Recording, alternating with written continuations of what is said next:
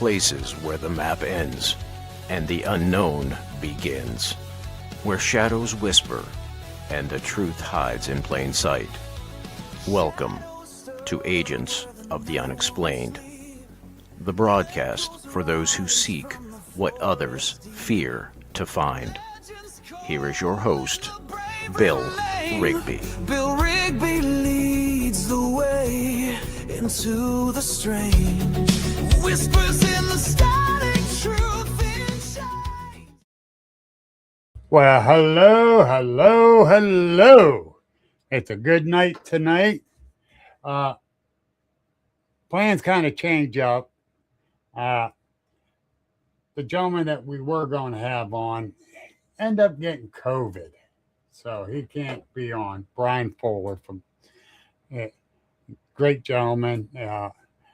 And so I hurried up and got a hold of a buddy of mine. And this guy, it's another Southern gentleman. You know, these Southerners are, I'm telling you, making us Northerners look like idiots and mean, nasty guys. And I don't understand that. But anyhow, let me bring him in. He is a great guy. My buddy, Danny. Hey, Uncle Bill, how you doing? Oh, here we go with that Uncle Bill crap. Oh, okay. I for some reason or another, a few years ago, I've got a friend in Charleston, and I used to call him Uncle Bob. And he was my store manager when I worked at Napa, and a lot of people that I consider family or close to me, you know, I'll say, hey, Uncle Bill, Uncle Bob. But I consider it family. So. Yes, I do too. From the first time I actually got to talk to you, and that we did become good friends, you know. Yeah. And I really appreciate the friendship and everything. And we still haven't met, but eventually it's coming. It's coming soon. Well, I talked to a certain gentleman, and you, me, and him are going camping when the weather breaks. Would his name happen to be Odell? I ain't saying. Oh, okay. I ain't saying. I ain't saying neither. I know what you're talking yes, about. It's Les. Yeah. And he's out there. And he's out there. Hey, Les.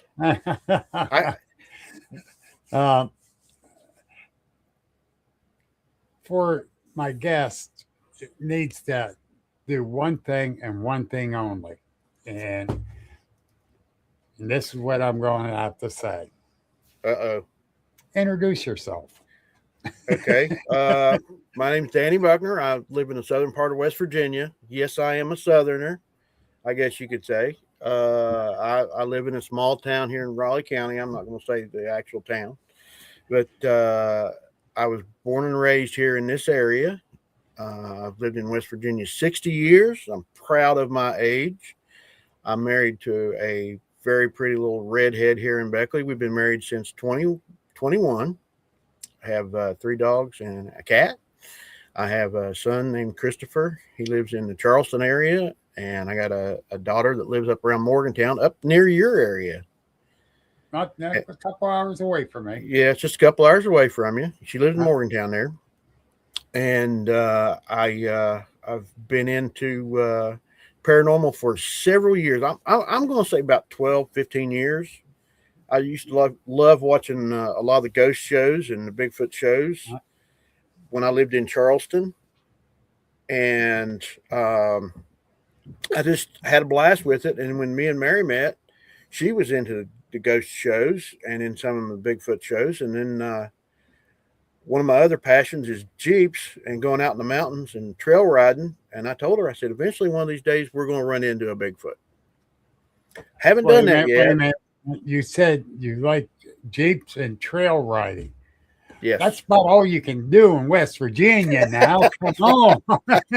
You mountaineers. Well, with it being snowy this week and cold, yeah, that's my Jeeps come in handy. I'm on my 8.1 and I have a blast. We have a blast with it and take it out in the mountains, and I take the doors and the top off and that's what we did last summer. The doors on the top. It's a Gladiator, so the doors on the top stayed off all last summer, and I'd be driving around town with in the rain, and people look at you funny, but it's got a little like a bikini top on top of it. Yeah. So, but I told her, I said, we're eventually going to run into a Bigfoot, and next thing I know, I posted on Facebook. Had to think of it there. A couple years ago, has anybody seen on one of the Facebook pages, Bigfoot Facebook pages, has anybody seen anything in the southern part of West Virginia? I immediately, bam, got 11 hits. Yep. And started talking to people, and people started mentioning podcasts, and somebody I'd like to give a big shout out to that has helped me. And You ain't allowed to speak his name. Nope. Les Odell. Let me do it. Oh, yeah, you bum. Yes, it's been Les. You know what? I've learned a lot from Les, and if I ever become a researcher or investigator,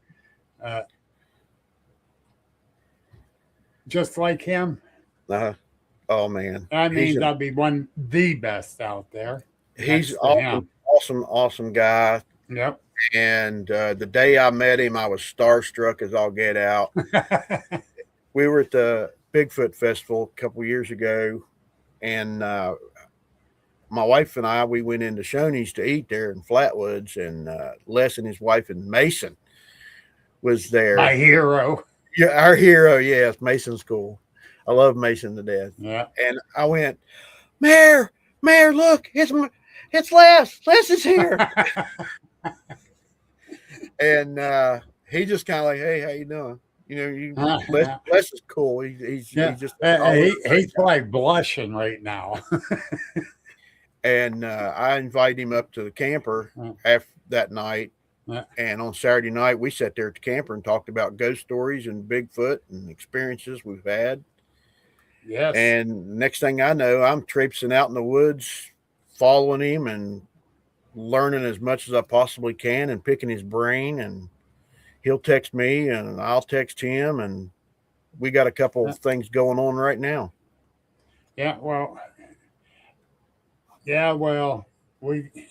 you got another thing thrown in the mix because me and him planned it. There we go. See, folks, Danny's even that much more special of a guy. But and this is my Bigfoot cozy that my daughter gave me back in the summer. So it's special. Yeah. But you, me, and Les are going camping. Good. That sounds good. We just got to get it figured out. Yeah. Let's do it. After the weather breaks, because my old body can't take the cold. I'm 67 and 2 more days. Yes. Happy birthday, Mr. Bill. Happy birthday. If y'all get a chance, go to Facebook or wherever and PayPal.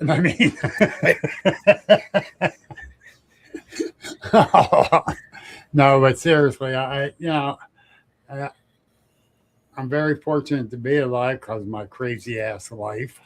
But and I'm fortunate to be able to call my crazy ass me. Yeah. But the thing is that, like you said, you're learning a lot from Les. I've learned a lot from Les. I learned a lot from several Bigfooters, researchers out there that taught me a lot. Yeah. Oh my goodness. The one and only. My little sister, Debbie Preggy, is out there. Hi, Debbie. I can't see who's on this side. So, hello to everybody. Your comments not coming up on your end? Huh. Okay. Then I'm afraid to touch anything after the technical difficulty we had a little bit ago. All right. Here's from Les. Hey, Bubba. There's Debbie. Hi, Debbie. Johnny Freeman. Hey, Johnny. How's it going, buddy? AMRA, they're all speaking in there. Hello, Rodriguez. I don't Yeah. know. Do you know her? No, No, I don't either. I don't Oh know who my that is. goodness, my brother from another mother, Jimmy Tricks out there. Hi, Jimmy. Now, Patrick's out there, says hi to Danny. Hey, Patrick. But anyhow, now Is Sparky going to be on here tonight? it's hard to say. It's hard to say. I just thought of this. I should have got a Mountain Dew set here for him. Don't you dare. Do not add the fuel to that fire. Oh, Oh, hope you don't- hope Sparky's you- here. Damn it. hey, Sparky. Uh, Hope you don't mind my backdrop. That's my buddy. Yeah. There's another one. Damn good friend there. I'm a big Jimmy Buffett fan, and this is just for you, Bill. There's my pirate hat.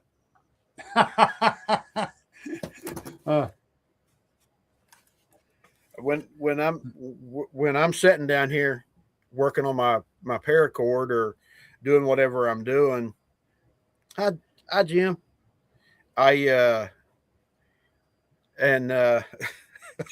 No, he'll kick me out if I take any Mountain Dew. And whatever I'm doing, I'll play. I've got 5 Jimmy Buffett CDs I play in the stereo, and I'll sit here and just do my stuff, and then just go into La La Land and just relax. And I might even have my equipment down here working on it and charging it. Well, since we bought my Subaru, it has a CD player in there, and I didn't have no CDs. Well, my wife got me a Bon Jovi CD for Christmas. Now that's all my grandkids want to listen to in the car. Oh, I've got all kinds. I got Yes, my grandkids are going 80s. Yes. But and right here's my brother, Brian. Hey, Brian. Agents of the Unexplained Etiquette is to bring Dr. Pepper, not Mountain Dew, Sparky. Show some etiquette. Thanks, Brian. But yeah, I knew this. Watch it, Debbie.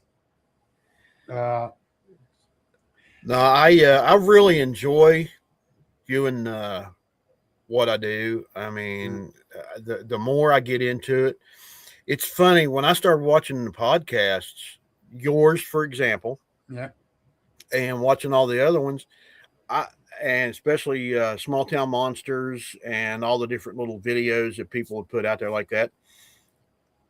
I tend to learn just as much there as out in the field. Yes. If not more.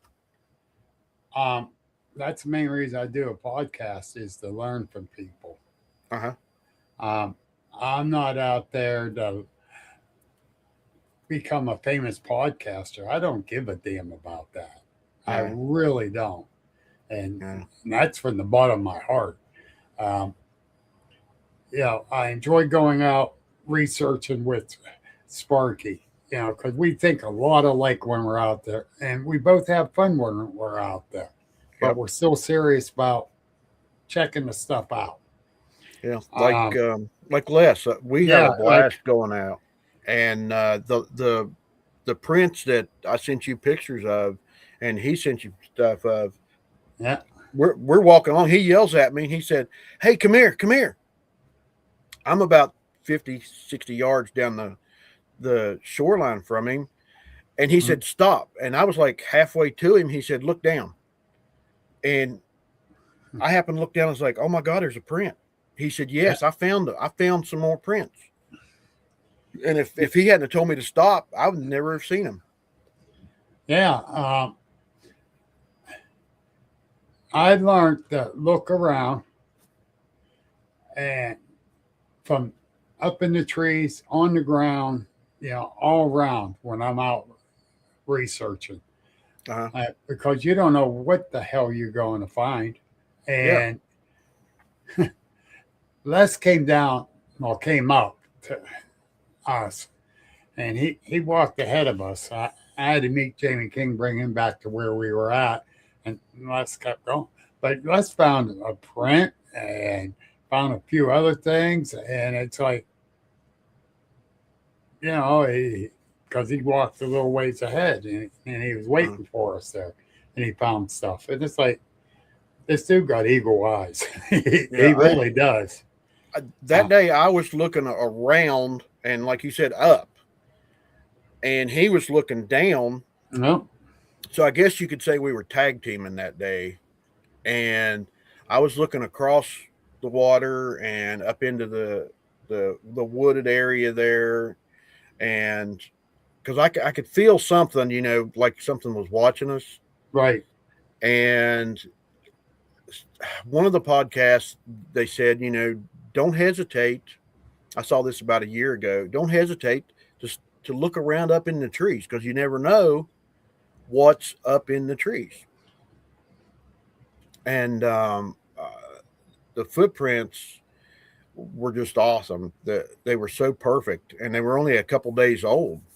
The first set, and then that second one, we kayaked about 70, probably 3/4 of a mile, half a mile up the river, and stopped, and we were just walking along. Same thing. I'm looking up in the woods, and looking across the water, and he said, "Stop." And I said, "What?" He said, "Look." And he found him again. I mean, he's got an awesome eye. He's got an awesome eye. Yes, he does. Yes, he does. And what we found, I cannot say it was man-made, because we don't know for sure. But Okay. it was like a TP type structure, but it was a little bit into the water line at the reservoir up there. And there was a rock in the middle of it. So my deduction in my head was, that's some kind of fish trap. Yeah, possible.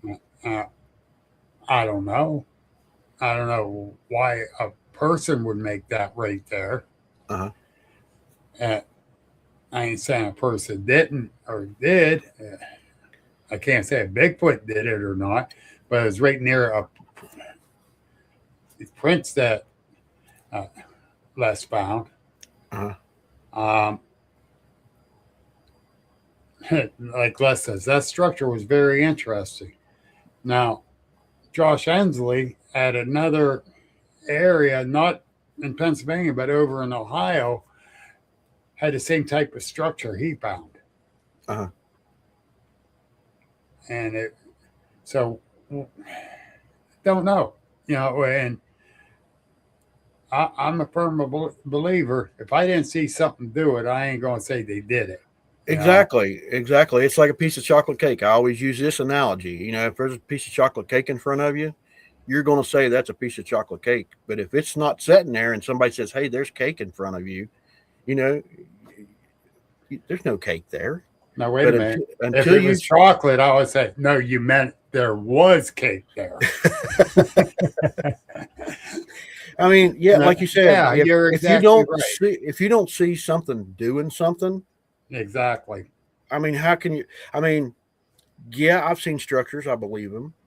I've seen rock formations, and I've seen things out in the woods that I can't explain either. And Les has shown me stuff, and for other friends of mine have shown me stuff in the woods and sent me pictures that you can't explain until you see something building something.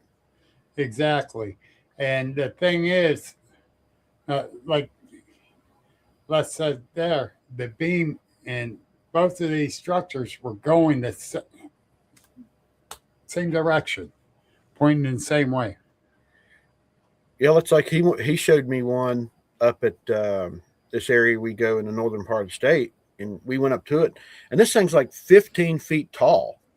The logs are about the size of a quart jar, I think it is, and there's several of them that are about 15 feet in the air, lodged in the forks of this tree, and then there's another one about 15 foot long that's balanced almost perfect. That goes crossways, and it's just perfect.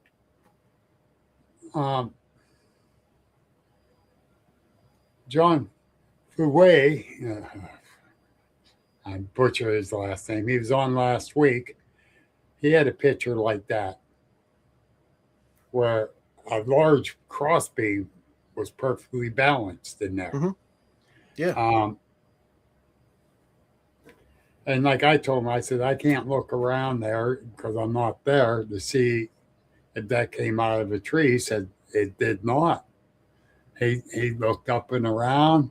He looked around. Something carried that in there and laid it there. Yeah, something. Whenever you see these things, especially when they're high up, it's like something pretty tall. I mean, you got to have a ladder or something pretty big has done something. Okay, that's the same area where that says he wants to take us to. So yeah. So That's tell cool. me, what did you see there other than structures? Did you see something else? Well, to go back to the beginning, whenever I saw had my first experience, Les was even involved in this because I called him and talked to him about it. I was at my friend Beth's farm in the southern part of the state. She invited me to come down. First investigation, I guess you could say, first outing, first, however you want, experience, expedition, whatever you want to call it. And I went down and walked around with her brother, and he showed me the farm. It's a pretty good sized farm. And they have a family cemetery on the property. They also have Indian burial grounds there on the property. And they've had orb sightings. They've had UFO sightings. The family cemetery, she's got pictures of entities. She's got a picture from a game camera of what looks like an angel above her grandmother, I think it is, her grandmother's plot. And I went up, and my wife got a little upset with me, I'll be honest with you, about doing something I'd never done before, somewhere I had never been, and by yourself? And I was by myself, and I had no equipment except for my phone, and there was no phone signal.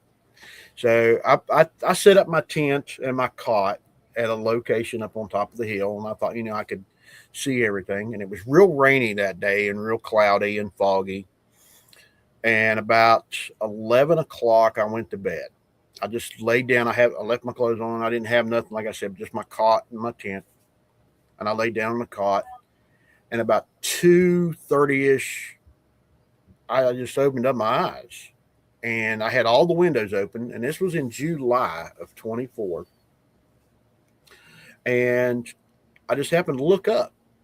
And there, my tent's about 7 foot tall. And this thing was taller than my tent, probably about 7.5 foot.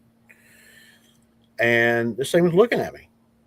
It was kind of reddish, brownish looking hair, and had a dark colored face and a normal looking humanoid nose, not the flat nose like you always see. And I remember yellow eyes.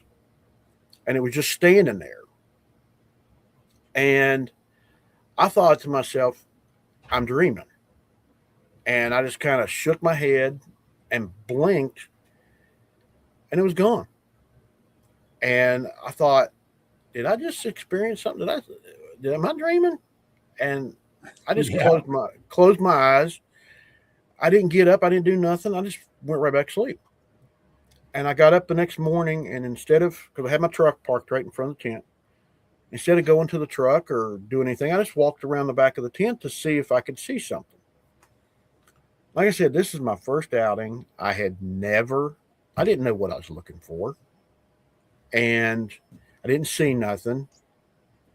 And I had put a trail camera back behind my tent, probably about 10 yards, 15 yards in a tree facing the other direction. And I didn't know what to do on them things. I had never used one. Had never worked one. Well, I walked around the farm that morning, come home, went to church, and I didn't say nothing to anybody. I told my wife I think something happened, and yes, yes, Sparky, it was. And I went back the next weekend, and from here on is a little bit sketchy because I can't remember the rest of it. And Beth and I was looking around where we were at, where I had set up a tent, and a lot of people I had seen on podcasts about what they call the Y stick. Mhm. And they say if there is a Y stick in the area where you have been or where you're going, they sense or they know they like you, and they'll leave a Y stick. Well, there was two Y sticks, about 2 foot long, and was little forked sticks, looked like something that you would cook hot dogs or marshmallows on, Right. and they were just laying there where my tent was.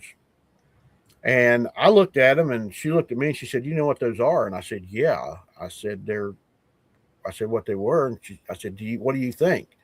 She said she called him Waldo. She named him Waldo because she had seen him several times. She said, "He likes you." And we got to looking around and found a possible, there was some gravel behind my tent, place where the gravel had been moved. And right beside the tent, probably about 15 feet, was some grass. And the grass was about 4 foot tall, except for in one little area, about 3 foot circle, it was tromped down. And you could see where something had been standing. And my wife told me that it had come up there to check on me because I snore when I sleep. Right. Because soon as I laid my head on the cot, boom, I was out. And it heard me snoring and come over to check on me. So, and I had I heard called. that you snored. Yeah, I heard. pretty bad too. And I called Les and got with him, and he said, "Yeah, this." And I never can remember. He can remember me talking to him, but I cannot remember him. Exactly everything he says. But he told me, he said, "Yeah." I said, "You experienced something." Yep. And then the second time I experienced something, we was at a camp outing. Our group, West Virginia. If I always get this wrong, Cryptids and Strange Encounters Counters. Bigfoot Collective, and um, some of us went up on this hilltop where there was a clear cut where they cut all the trees out. Wait a minute. You got video proof that he snores? Yeah, he does. He caught me sleeping in a chair when we were camping, and I didn't know it. And it's also on a little mini TikTok video. Way to go, Les. That reminds me, Yeah, never fall asleep when Les is around. no, I learned that. We had broke his chair, and I was sitting in it, and the next thing I know, I just opened up my eyes and had my arms crossed like this, and he was laughing at me. I said, "Did I go to sleep?" He said, "Yeah." You were pretty loud too. You called him and Yeah, said that's you were dreaming, and he goes, "Are you sure?" yeah, yeah. And then we on the mountain that night we had a thermal and saw two images just standing there, swaying back and forth at about 150 feet probably away from us, and they were about 50 yards apart. And the way we guesstimated the next day, they were about 8 feet tall, and they were just you could see them swaying and moving like they were watching us. Yeah. It was kind of neat. And then another encounter that I, me and Les had this fall. We were at our outing, and we were just walking down the gas line road that kind of like an old log road, but it goes up to the gas well.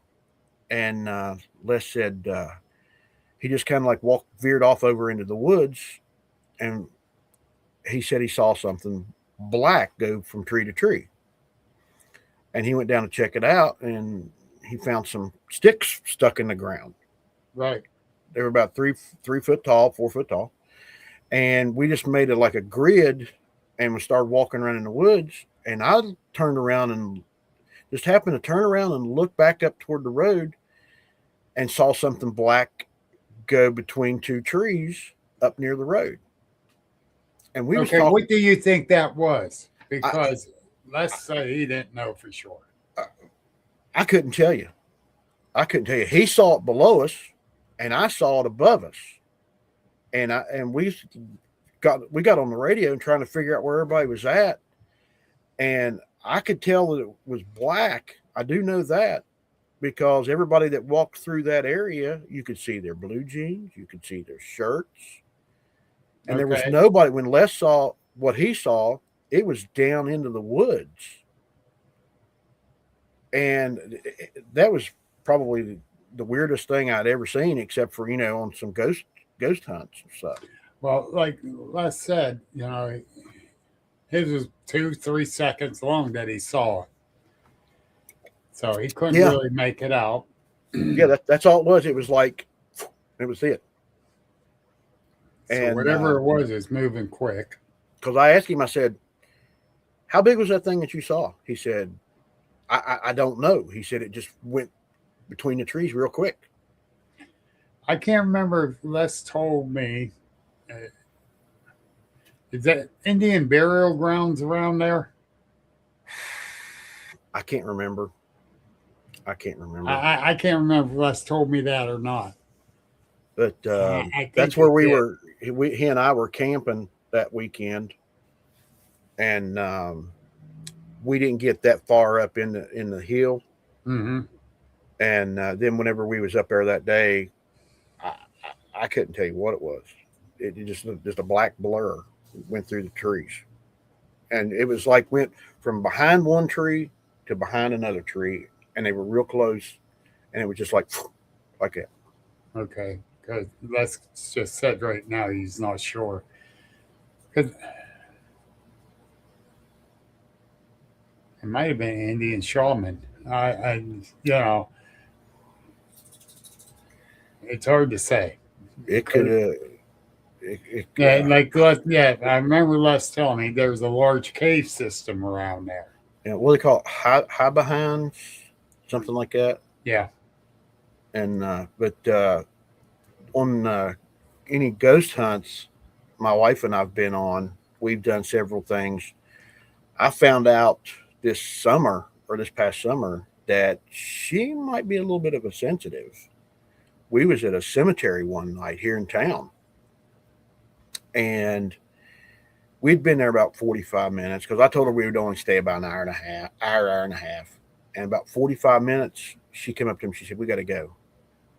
I said, "Why?"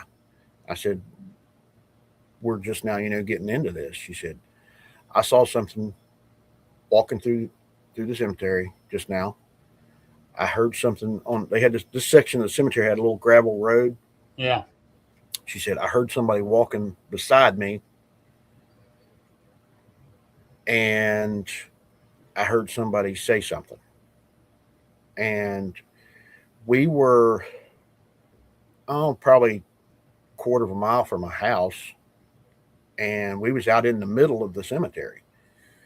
And I had the thermal out, and I had an infrared binoculars out looking around, and I had a recorder set up. I didn't pick anything up on the recorder. I didn't pick anything up on the thermal. And we were standing, but I had my Ovilus out on my phone, and I was picking up words. And she said, we got to go and we got to go now. So I said, okay, let's go. We're getting out of here. And I've got another image. There's a little coal town near here called Thurman. And I was helping Appalachian Ghost Tours with they had 5 buildings that they were able to ghost hunt. And the one building is called the Depot, and it's an actual train depot whenever Thurman was in its heyday, which was was like Las Vegas of the East. Okay. And they said there was at one time so many people that got shot and killed that when you stepped off of the train, you probably stepped on a body. Oh, wow. And that's why the depot has got a lot of activity. And I had 2 cat balls on the second floor catwalk that went across the front of the building. Right. And we were standing there, and all of a sudden one went flying across the parking lot. And then a couple minutes later, another one went flying across the parking lot. And they said that stuff will, throw off, knock stuff off of the building. And a little bit later, this lady comes up to me. She says, hey, buddy, hey, guy in the black shirt. Said, look at this picture. She showed me a picture, and it was a face in one of the windows. And it wasn't behind the glass or anything. Yeah, it's a ghost town now. And it probably is the way they're talking, they're going to tear it down. Oh, wow. There's actually 4 people that live there. They are residents of the town of Thurman. And so I set my video camera, infrared video camera, up across the parking lot in this one little area. And about 16 minutes into it, there's a black mist that comes from the building over toward, it just comes across the parking lot and goes like this. And disappears. Huh. So, but yeah, there's been some really neat stuff that we've gotten into. And that says there's several Bigfoot sightings in that area too. Yeah, the New River Gorge area is what that is, and there's a lot going on down in there. Oh, very much so. But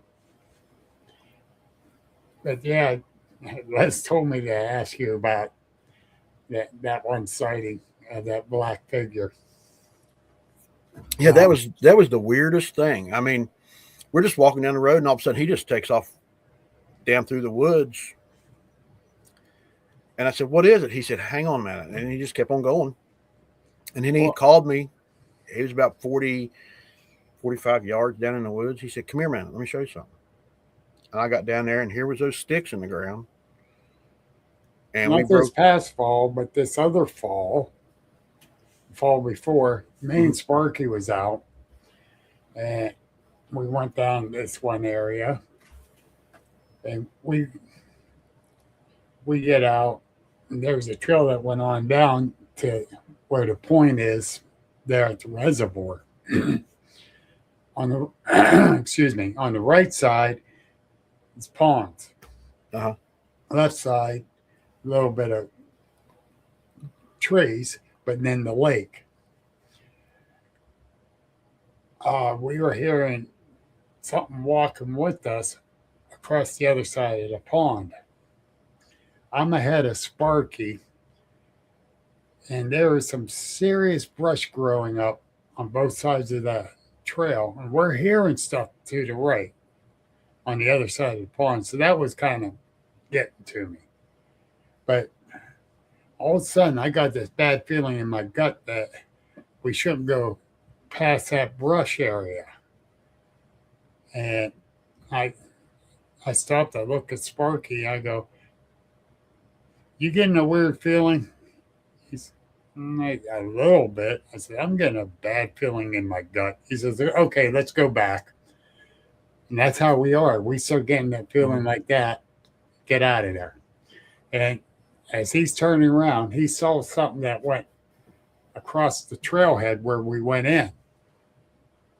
And he said, oh, it could have been a leaf. I went, just one leaf that high up? There have been a few of them flying, I'm thinking.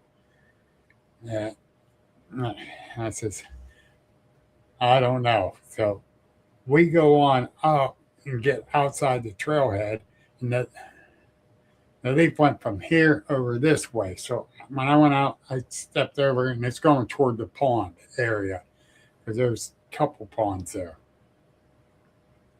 So I went over toward where the pond was, and there was a print that wasn't there before we went in because we walked over that way, was checking things out. It was not there before we went in the trail. How big was it?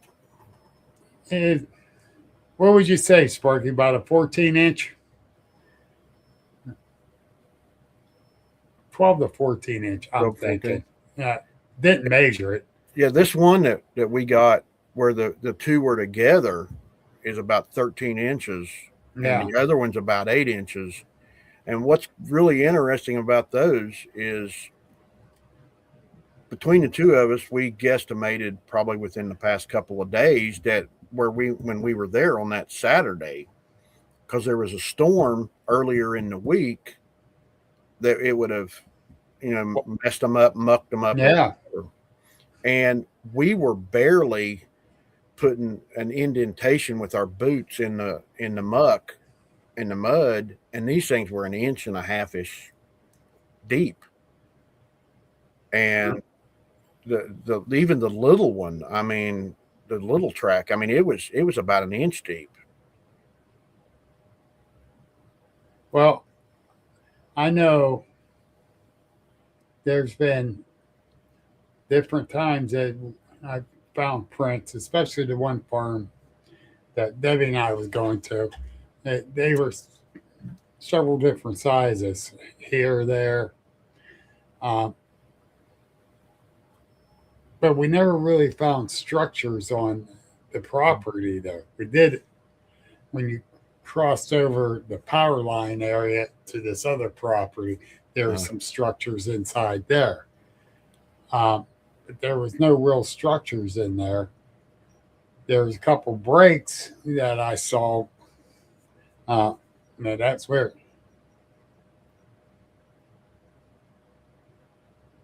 Oh, he says, tell Bill about the guy we spoke to that mentioned what he's seen when we left Sutton.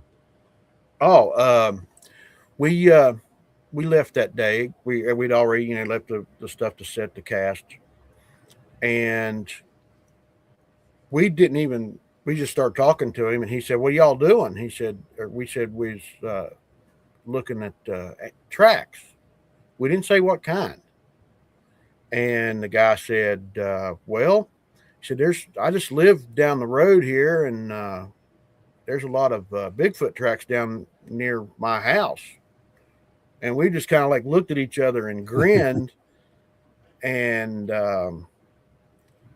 we got to talking to him, and where we had just come from before we got to there, one of the locations that he had tips on, and the water was up a little high and we couldn't go very far. But the guy owned part of the property there, I think it was, and he said that he had seen tracks there. And I can't remember if he saw one or that was one of the ones that he had. I think it was one of the leads he had that had seen one through the culvert underneath the highway. Yeah. And I've got reports where they use the culverts to get through. Yeah. Instead of you jumping up on the highway. Yeah. They know they're smart. They know what vehicles, that something's coming at them, it might hurt them. And if they can not be seen, I believe that they can, do something. And them crossing a highway or a trail and to get seen, that's all accidental. That's my belief. That's accidental. Yeah, that's accidental because they're gonna, they just happen to be just like a dog or a cat that's, Yep. Or another or like a deer. I mean, they're just gonna be. Deers are stupid. Deers and squirrels like to play dodge them. Oh God, yeah. Especially squirrels when they run back and forth, Uh, and then you sit there and it's like you look at them. It's like, make up your mind. Come on. yeah. Uh, uh, That's it. He found the same kind of tracks, large and small ones, walking together. Could be a mom and dad, or mom and juvenile, or Yeah, dad and juvenile. a Yeah. youngling. Yeah. Now, what's odd about that? Where we found those that little track and the big track. I happened to go to work one day back in November, and one of the guys came up to me and said, "Hey," he said, one of the other guys, I can't remember who it was, has a friend that has pictures of a big one and a little one in the area where you guys were just at." I said, "What?" But I got to talking to him, and now I can't find the guy. He lives in the next county, and I can't find the guy that has the pictures of that Oh area. man. And it's just almost like, and he doesn't. My friend doesn't have his phone number. So I told him, I said, if you ever run into him, you run into him. And I tried to contact him with my friends that live in that area. Yeah. Uh, which is understandable. Yeah. Now, I got to take a 1 minute break here. So hang tight, brother.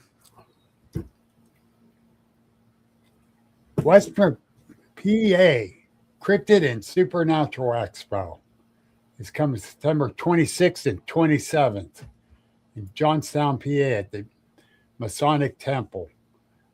I am the host for that event this year, and I'm really looking forward to it. I got 8 speakers, couple special guests. One special guest is none other than Katie Elizabeth. She is the seawater cryptid expert, for to be nice to say. She has been studying up at Lake Champlain, the Champ research. She actually got the mayor of the town that put a thing on where Champ is seen as illegal to kill or capture. Uh-huh. So, she's coming up for it.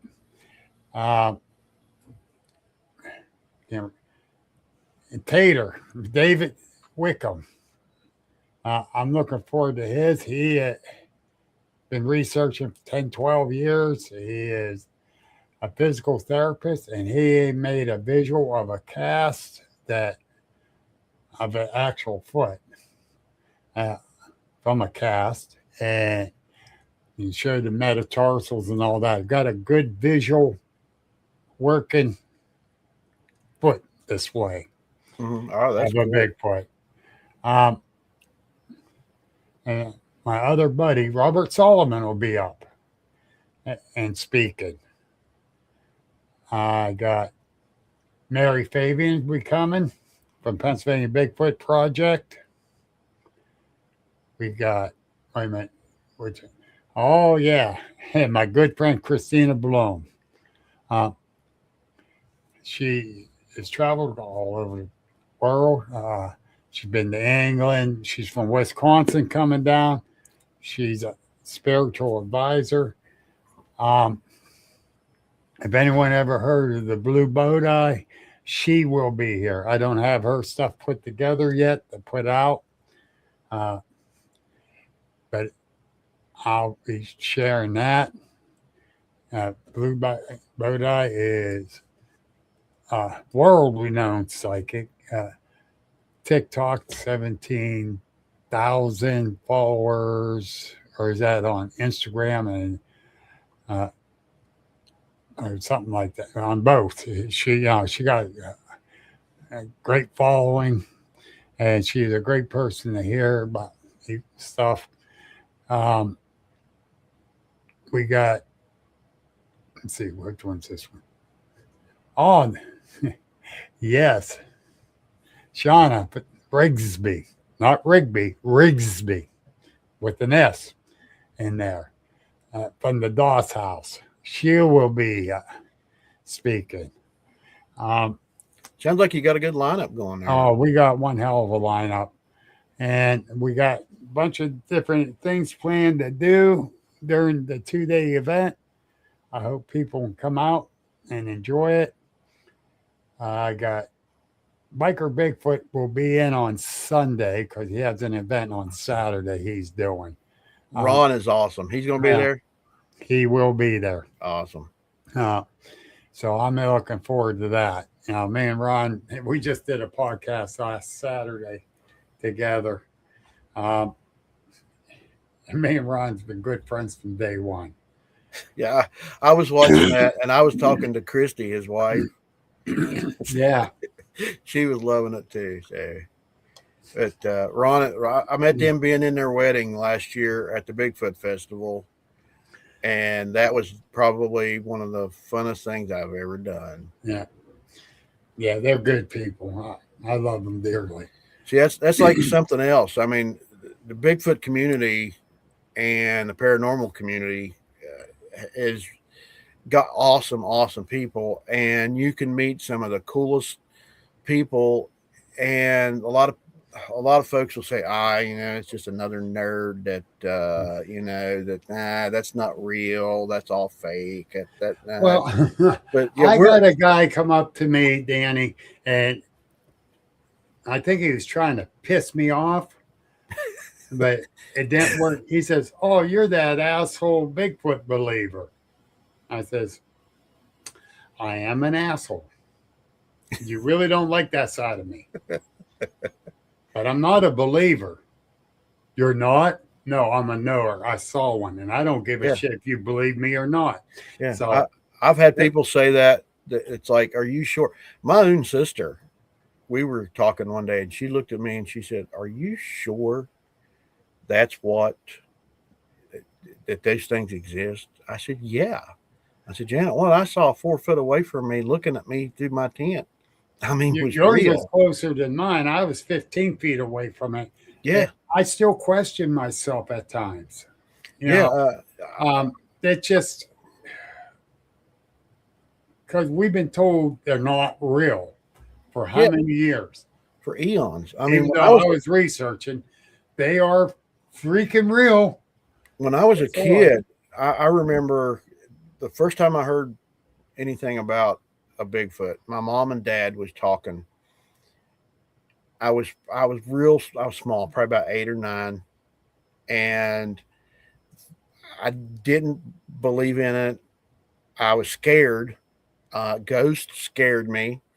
UFOs scared me. And now what am I doing at 60? I'm out in the woods in the dark hunting Bigfoot, and I'm going into dark haunted houses and buildings. It was 2 years ago. It'll be 2 years this summer. Jim, we will get to your question in 1 second. I got to say this. When Les was up, this is a known fact, and I'm going to swear it's his fault, but, at 60 plus years old, getting out hiking in nature is a great way to meet people. Oh, yeah. It really is. I got to meet 2 EMTs, a doctor, and almost met Jesus. But no, seriously. Jim has a great question for us. Do you think deer jump in front of cars to escape something? I'm going to answer what I think first, and I'm going to let you answer. Okay. Jim, I'm going to go with this. I don't think deers can judge distance, but the Rye's here. Good to see you, Rye. They can't judge distance. That's my belief there. But I do think they could be getting chased by something. It could be a coyote. It could be another human. Uh, it could be Bigfoot. And I'm here to say that deers cannot judge distance or speed Mm. because uh, I cracked 5 of them already. uh, um, I've been lucky enough. I've knock on wood that I haven't hit a deer. I've come close to it a couple times, and to me, I just think now like the ones that stand on the side of the road, they just get startled and then they just take off. yes. If they come running out of the woods, whether it's flat off the hillside or up over a guardrail, something startled them that they don't know that you're coming down the road. I kind of think like you a little bit, the distance thing. I don't think they can tell a whole lot distance wise, and they're just either getting away from something or just something startles them because Distance and speed, yeah, I think yeah, screws them up. I've seen But trail like cam you video. said, uh, it was first day of deer season, late '90s, Indiana County. I had to go pay my taxes before the price went up, and so I came out of the woods. I traveled up over the hill and coming down the other side to head to the township building. Um, all of a sudden, from the right side, I see all these deers running out of the woods. Not just 4 or 5, 50 of them, Holy cow! maybe a little more, full speed. Okay, 50 of them together. You don't see that many running together Uh-uh. anywhere. Something had to scare them. Something. I'm not saying it was hunters putting on a drive. They could have been, but they came out of that woods down the field, up across the field, across the road in front. I stopped. I was watching. I was trying to count too, and through this other field and up in the other trees, up over there. Yeah, I haven't been hunting myself, deer hunting for years, and I know when I was younger, and we'd be in the woods hunting, and deer just come walking along, just like not paying a bit of attention to anything, and then all of a sudden, you could whistle, and then they take off. They go the opposite direction where they hear or see the noise or movement. And I like what Les is saying too. You love to see data put together between deer strikes and roadside Bigfoot sighting in an area. Yeah, we were talking about that one night, and if you think about it, that's free dinner to them. Not just that. Maybe they brought the deer out there, chasing them. Yeah. Because, a lot of people think, that's the only thing they eat. Well, no, there's vegetation, berries, fish. A lot of people say that out west, where stringers of fish, people catch their fish, they've had sightings where they've come up and taken their stringers. Yes. Yep. And right, you're right. We can only speculate, but if there are cryptids out there, then there's a good chance they're being chased. Yeah, you're right. Yeah, like you said, coyotes. In this area, it'd be a coyote.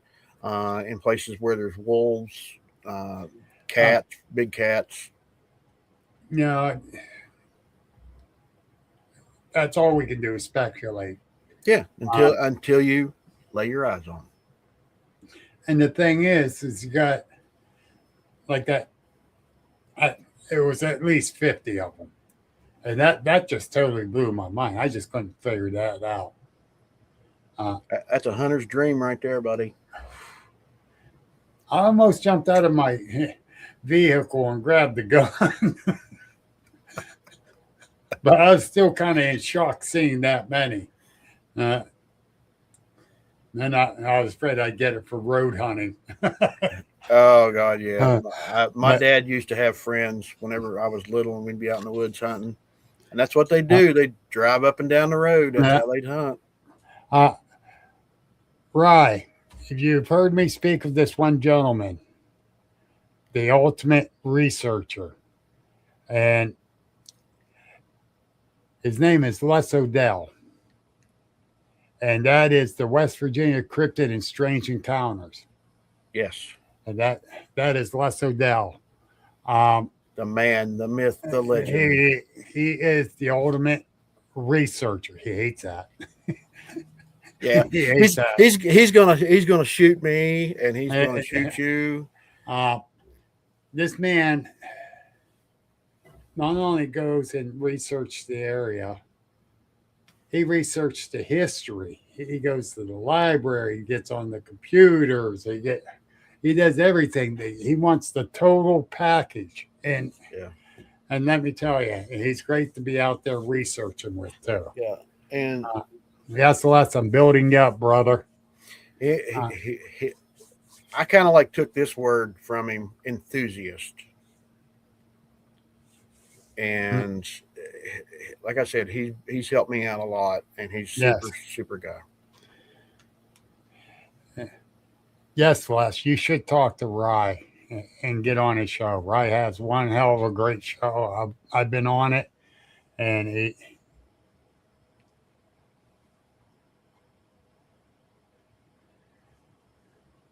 what do you mean by environmental? You got me confused on that one, Les. They weren't stripping there, strip mining.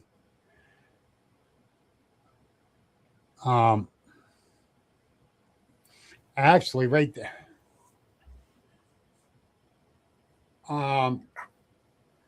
He's on Facebook when you catch him. He hasn't been on that much lately.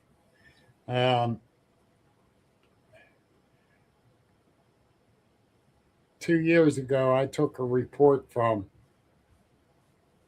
a gentleman on that hill, right down over the road a little ways on the opposite side of the road coming up. It's called Cemetery Hill. No fires. I lived right near there. That's what really blew my mind. I was living right near there. But the gentleman came out his back door the one morning, and there was a Bigfoot right at the tree line standing there. Now, if you cross the road and head up the hill, that's basically where those deers come out once you get up to the top of the hill there, which is quarter to half mile. So, I ain't saying that's what forced them out of there. And I won't say that because I don't know. I didn't see it happen. But I believe that it's a very good possibility.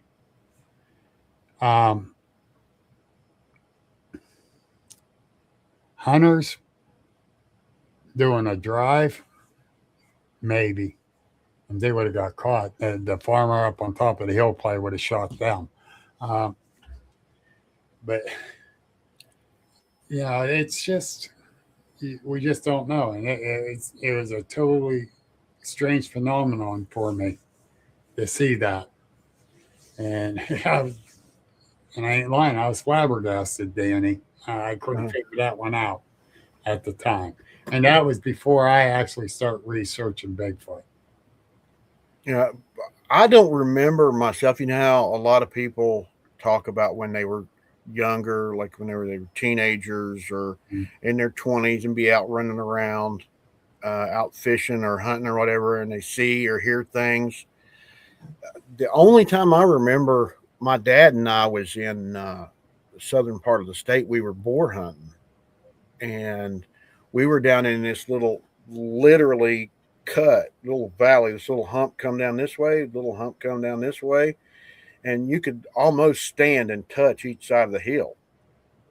And there was a laurel bush, a rhododendron, right down at the end of it, and something come up to it and was shaking it and making some weird sounds. And we never did see what it was. And the more and more I think about it, it wasn't low to the ground like like a hog would. A boar would make noises. Because a boar's only a couple feet off the ground, and the bushes were shaking. It wasn't very big, and the noises that come out of there, I don't know. It literally did. Here I'm standing there holding a bolt action rifle, and so's Dad, and hunting rifle, and it scared us. It scared us. I bet that would have. I know that I've heard different things, and the one stand I was in there in Indiana County, I had one of those freestanding 3-leg stands that had a swivel seat on top. I had one of them, and I'm sitting up in it, and the fog rolled in. And let me tell you. Yeah, that's scary. Yeah, that was kind of scary. That's scary. But, and you're sitting there holding a gun, and you're like, and you can't see nothing. And I mean nothing. I got my hand right here in front of my face. I couldn't see it. And I'm like, how am I going to get out of here? Because if I get turned just a little bit, I'm lost. Yeah. I'm either going to end up in the creek, the river, or to my car, one or the other. But I heard walking behind my stand, and I'm slowly turning, but I couldn't see anything. It was moving real slow, so I don't know if it was bipedal. Could have been a deer, could have been a bear. I don't know. Yeah, missing 411 would have happened, Sparky. But finally, after about a half hour sitting there, and I didn't hear any more walking around or noises or anything, I said, I'm getting out of here because this ain't going to live for hours, and I'm not just going to sit here and be blinded. So I got out, and I'm walking out the way I figure I should go. Well, I got off the beaten trail just a little bit. And I came to the power line trail, cutway. I went, all right, go to the left, Bill, until you find another clearing, then you're almost to the vehicle. And that's what I did. But you couldn't see anything. It was just, that was the weirdest thing. Yeah, that's odd. That was scary too, because when you get into fog, but I don't know who could see in that stuff to do anything. Yeah, fog is something that you can get lost real easy. Yes. Even driving down the road. I mean, whenever you're driving down the road and you come upon a foggy area, you got to turn somewhere, and if there's no lights at that intersection or whatever, been there, done that. Yeah. But yeah, so I don't know what was walking around my stand. I didn't point my gun down at it because I couldn't tell what it was anyhow, or exactly where it was. Just it sounded like it had a general location, but pinpoint, no. And if it was a deer, there is no way in hell I was going to drag it out of there and get it out of there safely without hurting myself. Yeah. When you can't see where you're going. Yeah. So the smartest thing was just to leave. Yeah.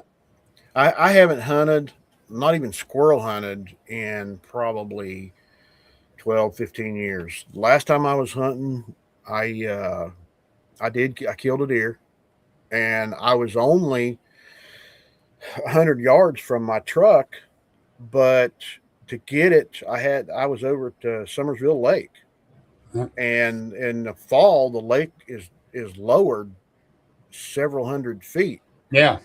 and um, I had to drag it through the woods and over logs and under logs and get it across some rocks. And I was like, there's places I can't get this thing through. So I called my dad and I said, can you come help me? And he came and helped me, got it to the truck, and we got it over to his house.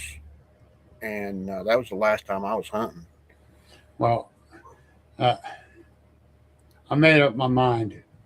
I can't do the dragon No, unless I take a young buck with me to help, yeah. because there's no way. No way. My back won't hold up for that. I'm proud to be 60. I love it. I cherish my age. Every year I cherish a birthday. I treat it like a holiday. And I think everybody should, because it's the beginning of a new year. Yep. It's the end of an old year. And whether it was good or bad, you know, your birthday's just a start of another year. Right. That's And true. I know I'm getting older. I'm starting to feel it, especially this year. My arthritis. I know I'm just 60, but I'm 60. And when it started getting cold in November in the 20s, and it stayed that way basically ever since November, Yeah. and I can feel it in my joints, and it's just hard at times. Well, I broke my back twice in the last 5 years, so Not good. I feel it. And my mind's telling me, hey, you know, you're still in your 40s, and then my other side of my mind is going, hey, fool, you're not in your 40s. Oh, yeah, I still tell myself that. I'm not a young buck no more. No, and I know you got me by 7 years, but I still like to enjoy myself. Like I said, we take a Jeep and we go out in the woods, trail riding, go out in the mountains. I have fun when I do stuff like the pirate hat. Yeah. I've got a duck suit I wear to Jeep events. It's inflatable. Yes. And I've got duck Hawaiian shirts. I've got Bigfoot Hawaiian shirts. I got the Bigfoot ones. And I think, you know, you should really enjoy life the best you possibly can. One of my mentors gave me hell for wearing my Hawaiian shirt to the one event. He says, he didn't recognize you.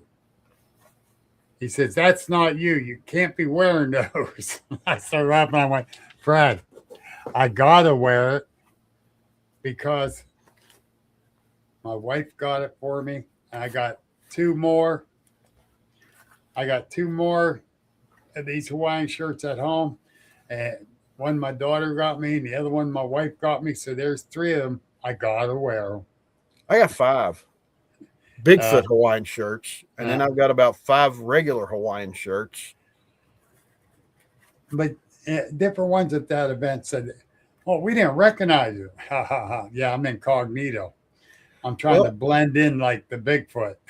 At the Sutton Bigfoot Festival this year, I had my paracord stuff set up as I was a vendor, and my booth was right where you walk up to the dining hall where everybody spoke.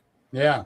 And every day RPG would come by and he'd have on a different Hawaiian shirt and I'd have on a different Hawaiian shirt. And that's how we got to communicate and got to know each other. And I texted him the other day, see how he was doing. He was doing okay. And I asked him, I said, you got your Hawaiian shirts with you? And he kind of laughed and said, yes, I do. Yeah, that RPG is a good guy. But anyhow, it's about 8:15. I got things to take care of. Yeah, I'm not crying about it, Danny. Yeah, I know. The better half. You got to take care of Beth. Yep. And I'm going to go check on Mary. She's not been feeling too good here lately. I'll tell her we hope she feels better. And you give Beth a big hug and a kiss for me. Definitely will. And I want to thank you for coming on, keeping me company tonight. Oh, yes, sir. Anytime you want to chat, give me a yell. You know that. Yep. And share the stuff you able to share. We do appreciate it. You know we love you, brother. Yeah, I love you too, man. And everyone out there, thank you for stepping in. No, Sparky. What's he saying? The I'm going to the store to buy some Mountain Dew. He knows better. I'm not going out in the cold, number one. And I got to go to the store tomorrow evening. Wait a minute. You know what I'm getting? Les says the West Virginia Aussie boy. Hey, my buddy Mason. Hello. You got 5 seconds for me to tell you this story? Yes. Okay, here we were up at what's called the Canaan Loop. And this is a little area. It's up near Davis, West Virginia. And there's this little area. It's called Little Canada. And if you were to look at it, it's just a big marsh, and it's got moss and leaves and stuff that's about 2 foot thick. And here we come out of the woods, there's about 8 of us, and we're walking along, and I'll have to send you the video. And there's this little stump, and all of a sudden, Les turns around, and I tap it with my walking stick, and I said, "Look at here, mates. This here is an indigenous tree to this area.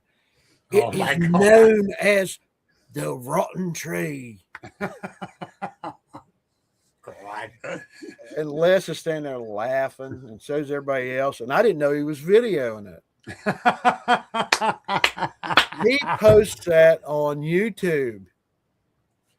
Way to go, Les. And next thing I know, that's like 2,000 hits or something like that. Go to YouTube, punch in West Virginia Aussie boy. Yeah. It's hilarious. I'm going to have to. But, all right, guys. Les is going to send me the video. See, one thing about me, my wife, he always says that my wife married me for my personality. She just don't know which one I'm going to wake up as. I've got so many different personalities. I'm not going there. Oh, geez. Because you never know, mate, what I'm going to be talking like. Oh, here we go. And if you guys ever want to get some really good deal from Royal King, watch his videos he does for the store. But all right. Hey, thank you all. Uh-oh. Bye, guys. He goes, here it is. Uh-oh. Did he send it to you? Maybe. Not yet. Not yet. Oh, she got it done. Something else was sent to me. Okay. I gotta do this. See if it's saved there. Let